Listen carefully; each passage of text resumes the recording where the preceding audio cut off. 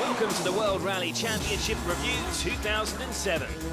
Yet again, the WRC has provided plenty of evidence why this is the most extreme motorsport on the planet.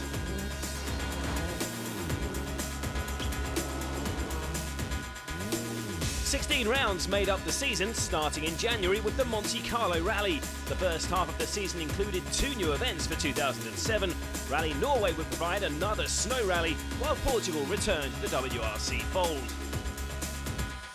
The second half of the season got going with the classic Rally Finland and included another brand new event on the tarmac of Ireland.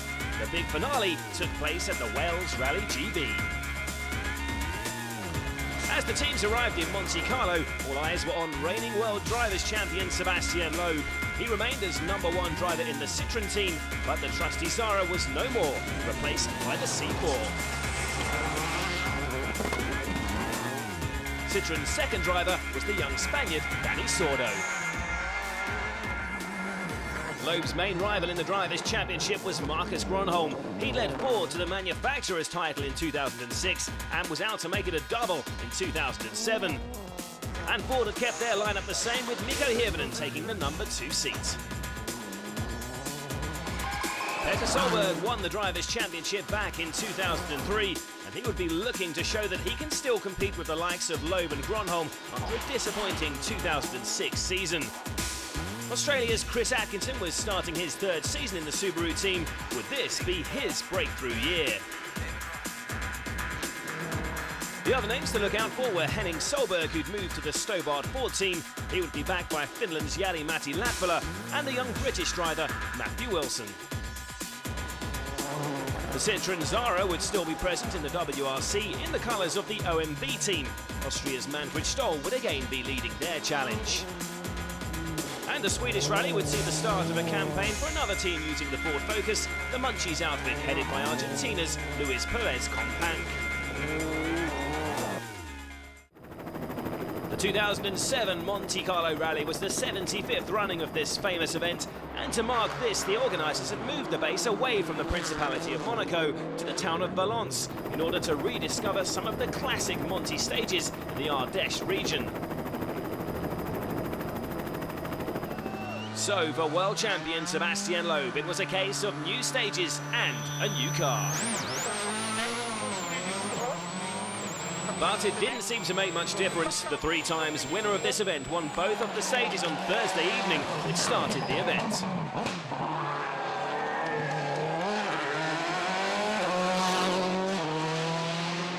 The only man to get anywhere near him was his teammate Dani Sordo.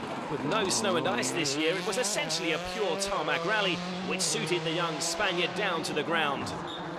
And the domination of the 2 Citroën drivers continued on the first full day, where they shared the fastest times on all 6 stages.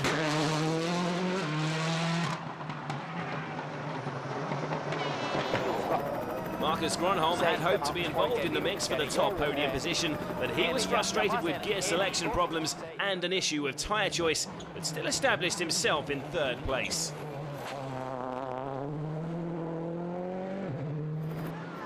Petter Solberg was another big name, failing to make an impact in Monte Carlo. But although the Subaru man was at the lower end of the leaderboard, he declared himself happy with his progress and what was his first time on BF Goodrich tyres. But Solberg's Subaru teammate Chris Atkinson seemed to be getting to grips with the new rubber very quickly. He was 6th here last year on his Monte Carlo debut and was out to top that in 2007 as he moved up to 4th. This was a big step forward for the Australian on tarmac, and his pace continued on Saturday's stages, and he became the first non-Citroën to win a stage over the weekend with the fastest time on the St Bonnet test. But Atkinson had a challenger for his position. Ford's Mikko Hirvonen was on the attack, and on stage 12 he took 4th place from the Australian. They then swapped position on both of the following stages, which ended the day. The final day was to consist of a run around a super special stage on the streets of Monte Carlo, just 2.8 kilometres, but Atkinson and Hirvonen would arrive in the Principality separated by just 0.8 of a second, with Hirvonen in the lead. I think it's the first time we're going to kind of fight for the position in super special, and that's the last stage of the rally, so it's going to be very, very interesting. Although the snow and ice that can make this event so difficult was absent from the mountain stages, there were still some having problems. Both Solbergs got into trouble on stage 10. Henning lost time with this spin, while Petter's sharp reaction saved him and co-driver Phil Mills from a potential big off at the same corner.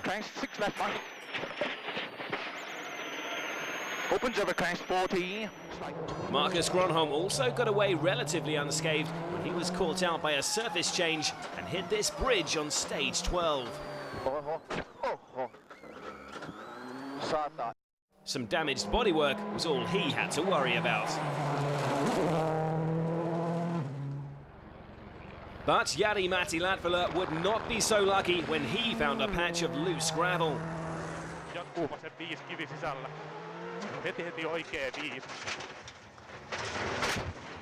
He would be forced to retire because of damage to his Ford Focus's roll cage.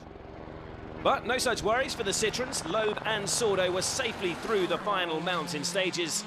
The run around Monaco's Super Special would be little more than a lap of honour for them.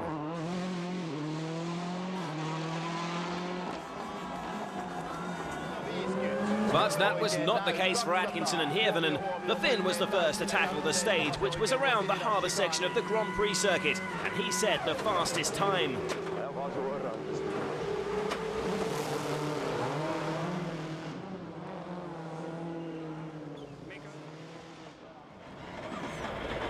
Here's Atkinson, and that was the time he needed to beat to take back fourth position.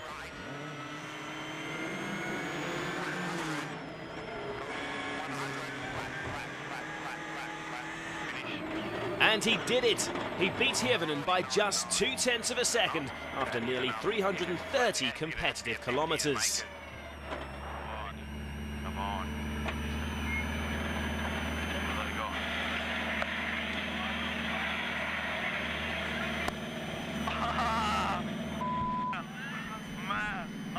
Good battle.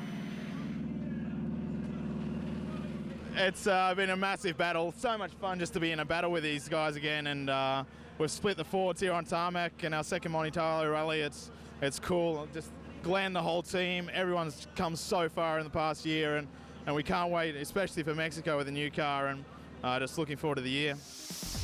And here is the result. Loeb claiming the first 10 points of the season. His winning margin over Sordo, 38.2 seconds. Marcus Grnholm came home in third, and behind Atkinson and Hirvonen, Petter Solberg, Tony Gardemeister and Jan Kopecky made up the rest of the top 8.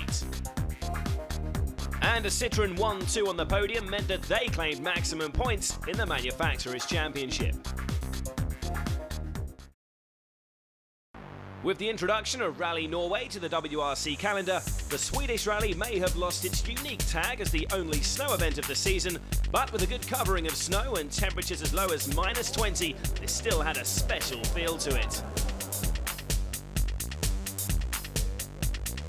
Few events felt special for Petter Solberg last season, but he was the early pace setter, leading after the first stage in the forests around Karlstad. Marcus Grnholm's main aim this year is to wrest the Drivers' Championship away from Sebastian Loeb, and as a 4-time previous winner here, anything but a win in 2007 would cast doubt on his ability to achieve that. And after a ponderous start, he started to show the mastery of these conditions, and by stage 5 had gone ahead of Solberg into the lead. Scandinavians have traditionally dominated here, and with Tony Gardemeister in third, this looked like it would continue. Italy's Gigi Gali had briefly led the challenge for continental Europe, but his chances ended when his Citroen Zara went off the road on stage 5. 50. No.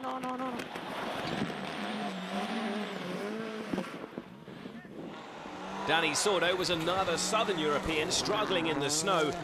He was in a snowbank as early as stage 2 and would not trouble the point-scoring positions. His second place in Monte Carlo felt like a long time ago.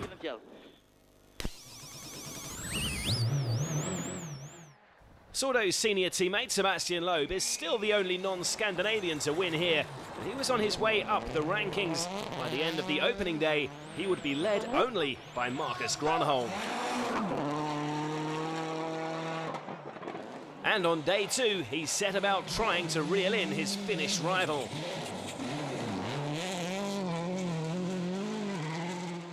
Grnholm knew he had a fight on his hands. Marcus, it's a loss of 1.2 to Sebastian. Are you concerned about that?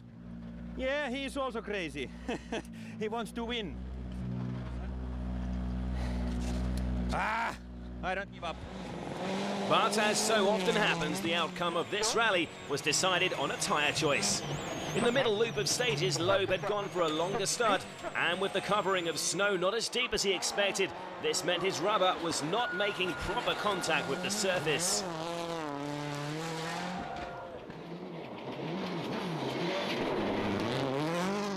Over the space of 2 stages before the next service stop, Grnholm extended his lead to nearly 30 seconds.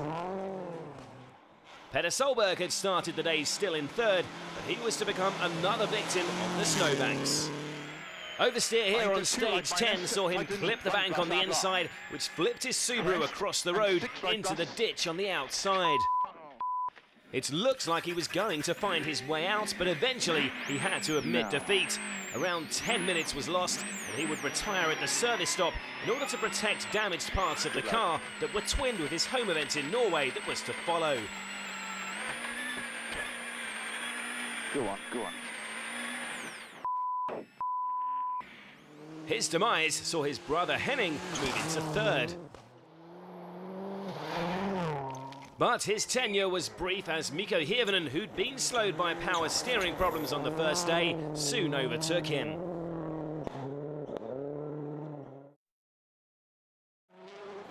Also improving was Sweden's Daniel Carlson on his first outing for OMV Citroën. He moved up to 5th when Tony Gardemeister suffered driveshaft problems at the end of day 2, despite a few scares along the way.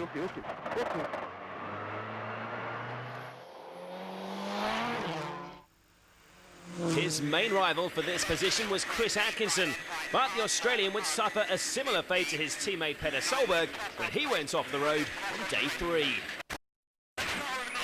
Unlike Solberg, he got straight out again, but had sustained damage to his wheels, which cost him time and any chance of beating Carlson.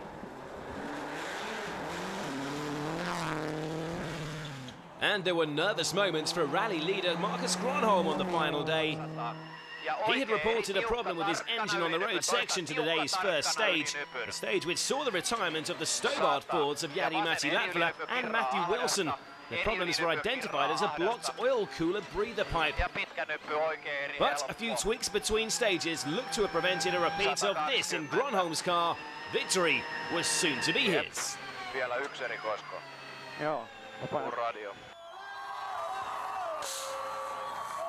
Grnholm eventually beat Loeb by 53.8 seconds. Further down, Tony Gardemeister hung on for 6th and Manfred Stoll finished 7th. Grnholm's victory meant he moved into 2nd in the Drivers' Championship, 2 points behind Loeb. While in the Manufacturers' Championship, Ford were now just 1 point behind Citroën.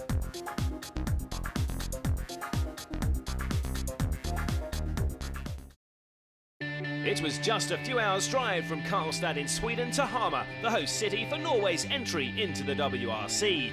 And with the snow lying deep, the snowbanks were even bigger. Add in some very tight and twisty sections, and the crews knew they were in for a hard time. In their home event, it was the Solberg brothers who were the big draw. But once the action got going, it was Mikko Hirvonen who was demanding attention. If these were tough stages, he looked very much at home, taking a lead of 11 seconds over his Ford teammate Marcus Grnholm after the first stage. But make no mistake, these stages were tough. Surface changes from snow to ice to exposed gravel were making tyre choices, in particular the length of studs crucial. And even if you got this right, there were some big snowbanks lining these narrow stages.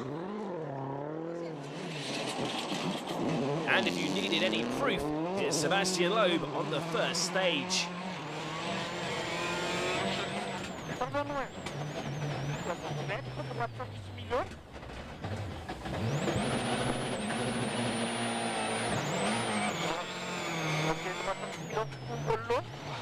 The Frenchman doesn't make many mistakes, but he followed that with this overshoot on stage 5. But he was still quick enough to hold third place at the end of day 1. The nastiest of these stages was reckoned to be the 44-kilometer Elberon test, which opened day 2. Was this where Mikko Hirvonen would come unstuck? The answer was no. He beat Grnholm by 5.1 seconds, and Loeb was a further 14 off the pace. And at service, Hirvonen's closest rival seemed to be owning up that he had no answer to the young Finn's speed. Why aren't you catching Mikko? Sorry? Why aren't you catching Mikko? I can't catch him now, so that's the reason. There is no other reasons. Why? I can't. That's the reason. Yeah? Easy. And Loeb appeared to have no answers either. And in the heavy snow of the mountain stage, he looked as though he might settle for third, which would still be a decent contribution to his championship hopes. But nothing could be taken for granted in Norway. Here he is on the short Lillehammer stage, number 12.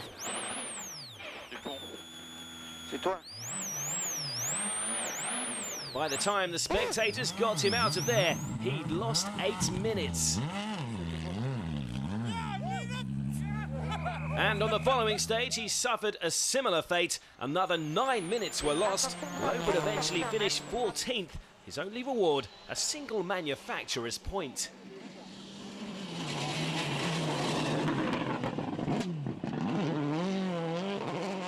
I said, okay, well, nothing to lose, and we lost again. Loeb's demotion allowed Petter Solberg to move up to third. He'd maintained that his approach would be a conservative one, and this was now paying dividends. But his main competition for the final podium spot was coming from older brother Henning, and they would be separated by less than 10 seconds going into the final day.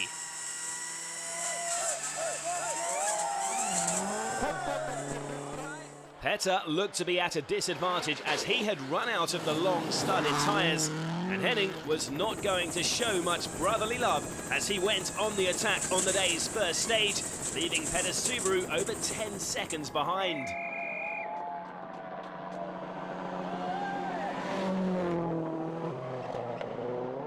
And Henning's third place would have greater significance. If Hirvonen and Grnholm got home safely, this would be the first time Ford had occupied all the podium positions since New Zealand in 1979. And they looked unlikely to make any mistakes.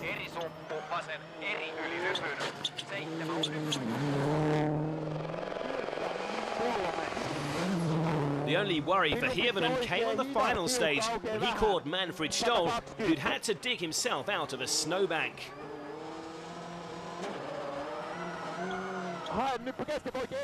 When Hirvonen won his first WRC event in Australia, Grnholm had crashed out early and Loeb was laid up with a broken arm. But this was the real thing. Hirvonen had beaten the WRC's best, fair and square.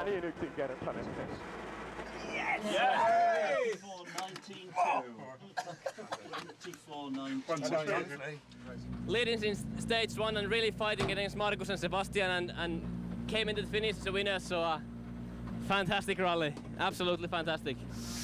Confirmation of the Ford 1-2-3, and with Jari-Matti Latvala in 5th, it was 4 in the top 5. Gigi Gali in the privately entered Zara was the top Citroen in 6th. Grnholm's second place meant that he took over the lead in the Drivers' Championship, while Hirvonen also moved above Loeb into 2nd. And their combined efforts saw Ford take a 16-point lead over Citroen in the manufacturer's standings.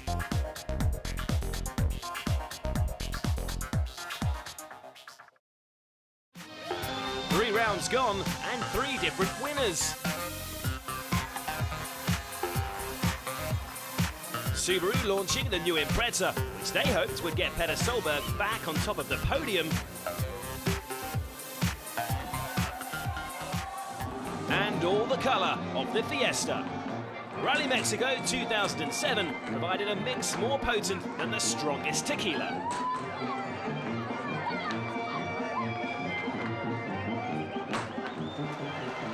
So Petter Solberg and his Subaru were under close scrutiny. His response, fastest time on the opening stage, and his teammate Chris Atkinson was third. And the Norwegian followed this with scratch times on the following 2 morning stages. The Impreza was handling these rough, undulating stages superbly. So Petter Solberg was the star of the morning, although his brother Henning did his best to upstage him on the opening stage.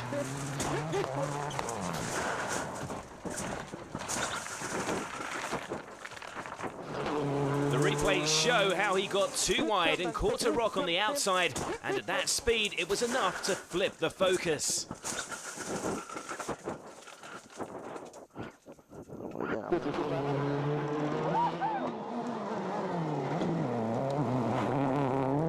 Ford had arrived in Mexico on a high after their 1-2 in Norway, but with Grnholm first on the road and Hirvonen third, they'd expected to struggle in the gravel of the morning stages.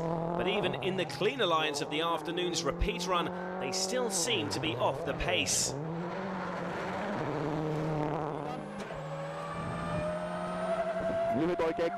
While Hirvonen did improve a little to go in front of Danny Sordo for 4th, Grnholm was not happy with his setup and could not get on terms with those ahead of him.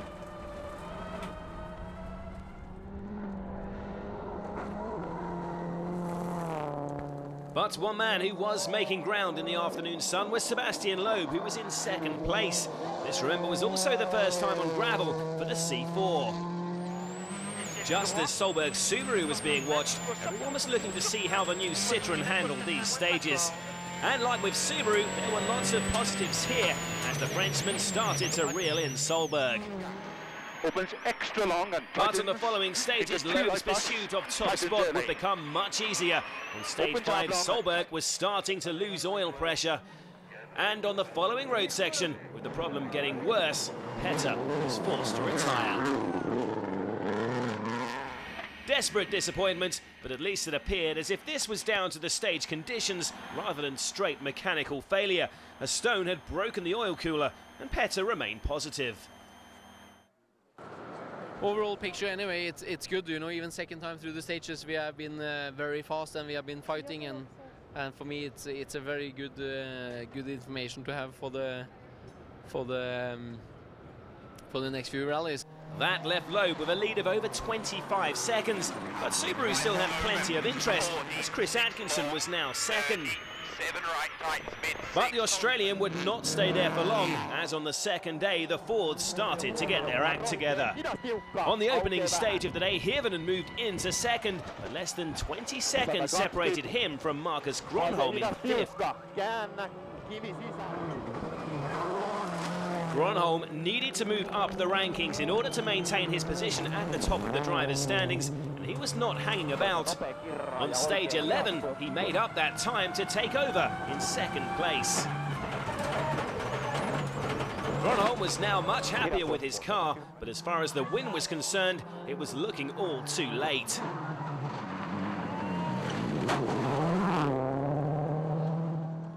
Loeb was in no mood to just defend his lead and instead spent the day attacking and extended his advantage to nearly a minute.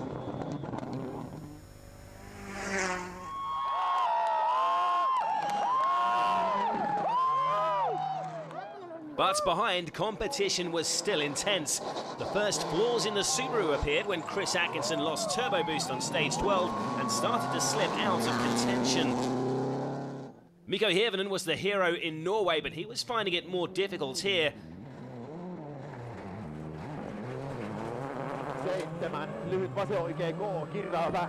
He was lucky to get away with this spin on stage 13 and gave up 3rd place to Danny Sordo in the process.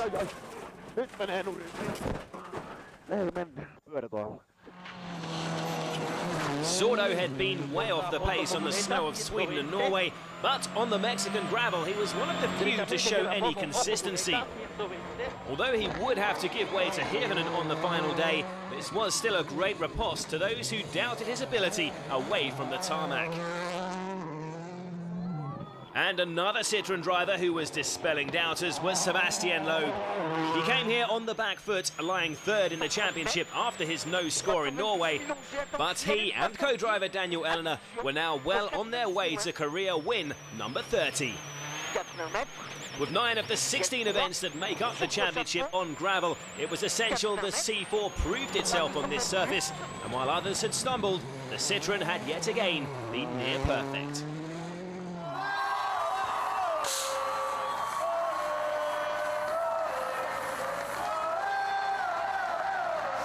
Behind the top 4, Chris Atkinson hung on to take 5th, with Manfred Stoll, Jari-Matti Latvala and Matthew Wilson completing the top 8. Marcus Grnholm maintained his lead in the Drivers' Championship, but Loeb's win moved him into 2nd place, 4 points behind. But Ford was still in charge in the manufacturers' standings, still 15 points ahead of Citroën.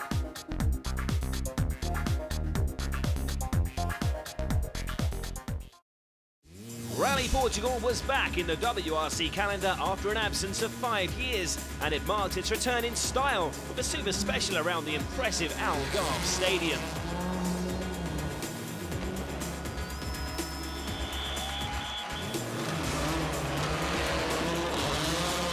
Marcus Grnholm may have been fastest, but not for the first time at a stadium stage. It was Gigi Gali who stole the show with this cheeky stunt, and that's a Portugal football shirt he was wearing, just to make sure the crowd was on his side. Grnholm held on to the lead through the first gravel stage of day 1, although it was his teammate Mikko Hirvonen who set the fastest time here. He was 2nd.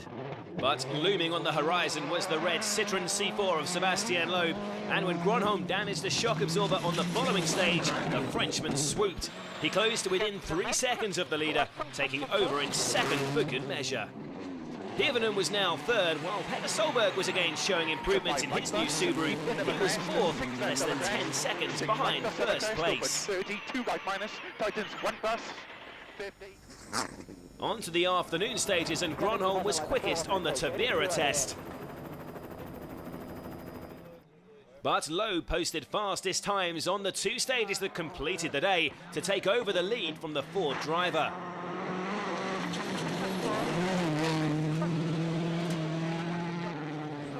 These stages were demanding on tyres, and when Grnholm reached the end of stage 7, it was apparent what had cost him time.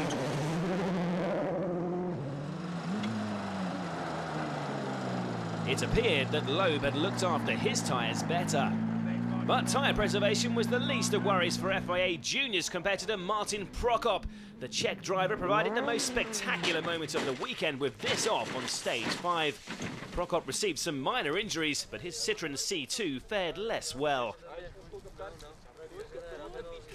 With rain in the air on day 2, tyre choice was going to be a big issue, and the 2 leading contenders had selected different compounds. Marcus Grnholm had opted for a hard tyre, hoping the stages would dry out, but he lost 5 seconds to Loeb, who'd gone for a softer rubber on the opening stage, but was still confident that he'd made the right selection.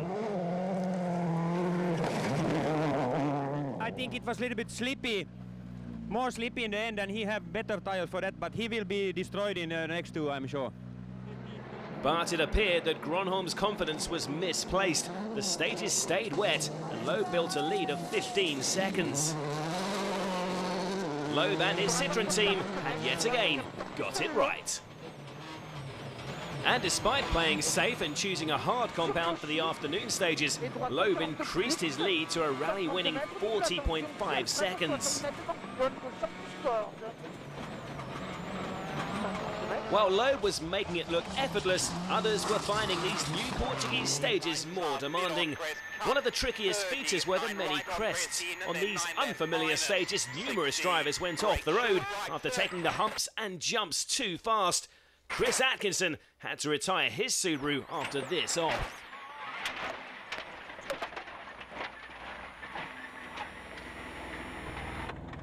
You alright? Yeah, you alright?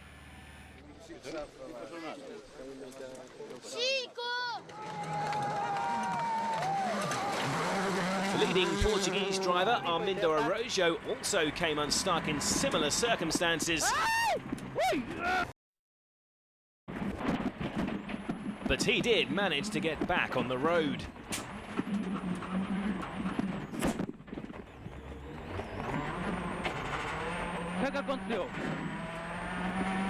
There was little to decide on the last day, with all the major contenders separated by considerable margins. Marcus Grnholm had survived a scare at the end of day 2. His Ford Focus was found to be underweight.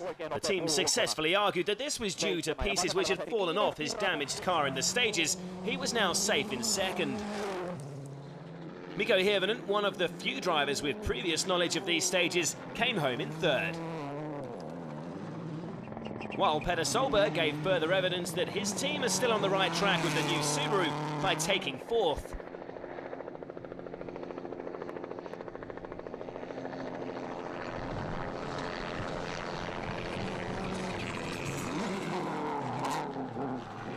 And Danny Sordo, with his fifth place finish, showed that he was making real progress on loose surfaces, and more importantly, that the Citroën could still take on Ford in the Manufacturers' Championship.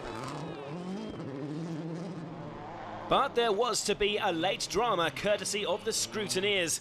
It was discovered that 6 Fords, including those of Grnholm and Hirvonen and the Stobart VK team, had run with rear side windows that were 0.5 millimetre too thin. A breach of the homologation rules. All of those cars were given a 5-minute penalty that would drastically alter the final standings. We were invited to a meeting with the stewards to make our case, and we got the penalty for 5 minutes per car, and we accept this penalty and we will not make any appeal. Grnholm was demoted to 4th and Hirvonen to 5th. Thus, Petter Solberg would now pick up 8 points for 2nd and Danny Sordo 6 for 3rd. And in the drivers' standings, whereas Loeb had finished the rally thinking he'd just closed the gap on Grnholm, he was now championship leader. And his Citroën team had now made significant inroads into Ford's lead in the Manufacturers' Championship, reducing their advantage to 8 points. The WRC had arrived in the Cordoba region of Argentina for round 6 of the championship, but this was only a stopover. On Thursday morning, with the recce and shakedown complete, the crews and their teams were back on the plane to Argentina's capital, Buenos Aires, the location of the opening stage, a super special around the city's River Plate Stadium. The fastest around this short stage was Mikko Hirvonen. This was an innovative move by the organisers. What they couldn't cater for was the weather. Storms and fog saw 2 of the planes that were to fly everybody back to Cordoba for the continuation of the rally on Friday morning not arrive until the early hours, while a 3rd plane could not land in the fog and had to return to Buenos Aires. So with many of the crews hardly having any sleep and others still in Buenos Aires, the unprecedented decision was taken to cancel all but the Cordoba Super Special stage that was to end the day. A frustrating time for the drivers, with 7 stages and a day's driving lost. And there was a suggestion that Sebastian Loeb's concentration had been affected when he stalled on stage 10 of La Cumbre, the first on Saturday. But if this was the case, he quickly pulled himself together to set the fastest time and take the lead. Second fastest was Petter Solberg. But he put a hole in his good work with this spin on stage 11, which saw him drop to 3rd behind Marcus Grnholm. 60, 6 right fast, keep very in the crest, 20, don't cut 5. So it was the old Loeb versus Grnholm double act again, vying for top spot. Could the Finn in the Ford Focus bring an end to Loeb's run of wins on gravel? A win here would be particularly sweet for Grnholm after the illegal rear window fiasco that resulted in that penalty time and loss of 2nd place and the championship lead in Portugal. But the first morning's action suggested there would be no revenge for Grnholm in Argentina. Loeb won all 5 stages before service to take a 15-second lead. The first afternoon stage was the famous Santa Rosa test.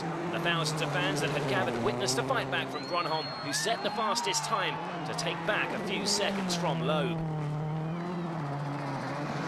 As the pace was gathering up front, Solberg had lost ground but still held third going into stage 16. But somewhere in this stage, he damaged his radiator. I can't believe. Supervision, Phil. Go ahead, supervision, Phil. Stop doing stage engine. And another retirement followed. Mikko Hirvonen, who had lost ground after winning both Super Specials, was now back up to third. He too was looking to make amends for the loss of points in Portugal. With the rally reduced to 2 days, everyone was in a hurry to make their mark, and there was plenty of competition for position. Chris Atkinson, with new co-driver Stefan Prevost, following the retirement of Glenn McNeil, was fighting it out behind the top runners with Danny Sordo. But despite it all looking good, Atkinson was not happy with his setup. He proceeded to drop around 30 seconds over the afternoon stages.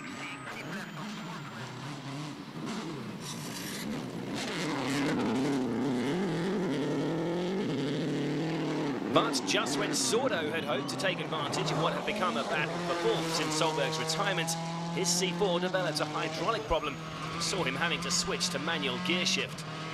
A situation he was clearly not happy with. The problems of Sordo and Atkinson meant that Jari-Matti Latvala was promoted to fourth, while his Stobart VK teammate Henning Solberg was up to fifth, making it 4 Ford Focuses in the top 5. Back at the front of the field, while Grnholm had shared the honours with Loeb in stage wins in the second part of the day, the Frenchman had extended his lead to 19.2 seconds. Both drivers were aware that on the final day of Argentina, with 2 runs through the El Condor and Mina Clavero stages, they still had some of the toughest kilometres of the season to contend with before the result was settled. Loeb's response was not to defend, but attack. He went fastest on the day's opening stage, extending his lead to 27.5 seconds, and then added another 10 seconds on the following stage. Any chance Grnholm had of a win was ended when he went off the road on the second run through Mina Clavero, second best to Loeb and the C4 again. And Danny Sordo's C4 was back on the pace. 2 stage wins had seen him move back into 6th, again getting the better of Chris Atkinson, who was also improving. But it was still 4 Fords in the top 5 on the final leaderboard, with Henning Solberg hanging on to 5th, and Jari-Matti Latvala equaling his best ever WRC finish in 4th. Hirvonen 3rd again, but of most significance was that Loeb had beaten Grnholm for 1st place. Loeb's lead in the Drivers' Championship was now 3 points. Latvala's 4th place saw him move into the top 8 for the first time. And that performance alongside Henning Solberg's 5th place meant Stobart VK moved ahead of Subaru into 3rd in the Manufacturers' Championship.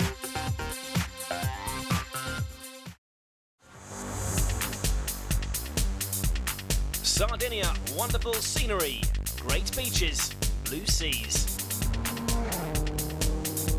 But some of the toughest, rockiest stages in the championship. And it was in this environment that Marcus Grnholm set out to try and end Sebastian Loeb's run of 3 wins on gravel, and he needed to do this to revalidate his claims as a contender for the Drivers' Championship.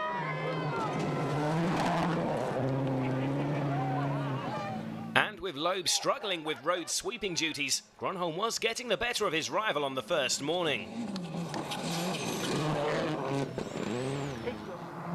But so were a few others, including Jari-Matti Latvala in the Stobart VK Ford.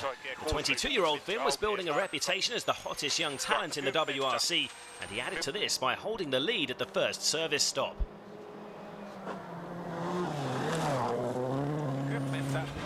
Loeb was in 5th place, more than 10 seconds behind. He would be looking to make up that time on the afternoon loop, which was a repeat of the first 3 stages. Here he would have the advantage of cleaner lines. More grip means more speed. But Grnholm beat him on stage 4, and in doing so took the lead from Latvala. In the last 2 years on this event, Grnholm has lost the lead to Loeb after being caught out by the stage conditions, and on stage 5, it looked like history was repeating itself. Those flames coming from the front left wheel arch were caused by fluid leaking from the damper following an impact with a rock. With his suspension impaired and his car kicking and diving through the stage, he was losing time to Loeb, who moved up to 3rd. But he did not lose as much time as Jari-Matti Latvala.